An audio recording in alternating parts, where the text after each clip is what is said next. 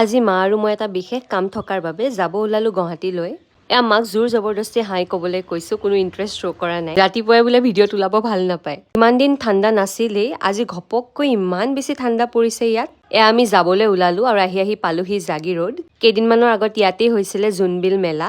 মই পিছে চাব আহিবলৈ নাপালো কাৰণ শ্বিলং গৈছিলো। এয়া পালোহি দীপৰ বিল, কাষতে গুৱাহাটী ইউনিভাৰ্চিটিৰ হোষ্টেল। গুৱাহাটী ইউনিভাৰ্চিটিতে মোৰ পাপাই পঢ়িছিলে। ভোক লগাত আমি এখন হায়দৰাবাদী কিটচেনতে খালো ডোচা। মাক নমাই দিলো কাৰণ মাৰ অলপ কাম আছিলে অফিচিয়েল। আৰু তাৰপিছত মই গ'লো ব্ৰহ্মপুত্ৰ ৰিভাৰ ফ্ৰণ্ট, তাতে অলপমান এনেই অকণমান কিবা কিবি ঘূৰিলো কৰিলো, খাই কৰি মানে টাইমটো কটালো আৰু।